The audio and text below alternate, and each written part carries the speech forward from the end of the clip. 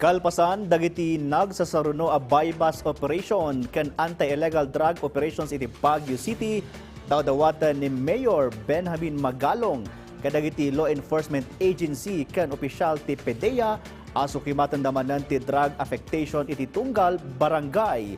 Imadukadi dagiti drug dealer kan drug addict iti Baguio City. Ada report ni Jezreel Kate Lapizar. Manamnama ti pan naka-review ti drug affectation dagiti barangay iti syudad ti Baguio, kalpasan dagiti nagsasaruno a bypass ken anti-drug operations a napasamak iti syudad.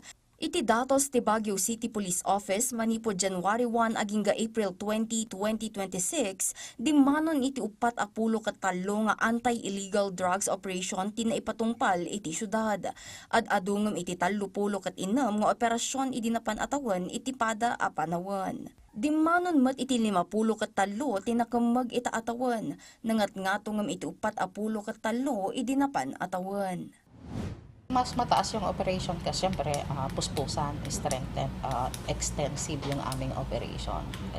We are not stopping, we're not putting our guards down. So long as meron tayong mga nare-receive na report is we will be conducting operations. Agtultuloy met ti interventions nga ar-aramiden iti opisina kan kidkidawen da ti pan nakikaykaysa dagiti umili a makitinulong iti kampanya kontra iti illegal a droga. Ang pinaka-importante dyan is we encourage the public to report na kung meron man silang mga alam na mga illegal drug activities is just report to us para sa ganon we will have an intervention or an operation para sa ganun matigil yan. Kinanamat ni Baguio City Mayor akasapulan ti reassessment tapno maamuan ti agdama akasasaad ti drug standing dagiti barangay ti syudad. Nagbigay na ako ng instruction dyan na hindi ako naniniwala na hanggang ngayon drug-free pa rin yung iba. Talagang aminin natin na nagkaroon ng medyo lumala ng sitwasyon natin sa drugs. Pero not to the extent na talagang lalang-lala. Kasi talagang matindi rin yung ating operations ngayon.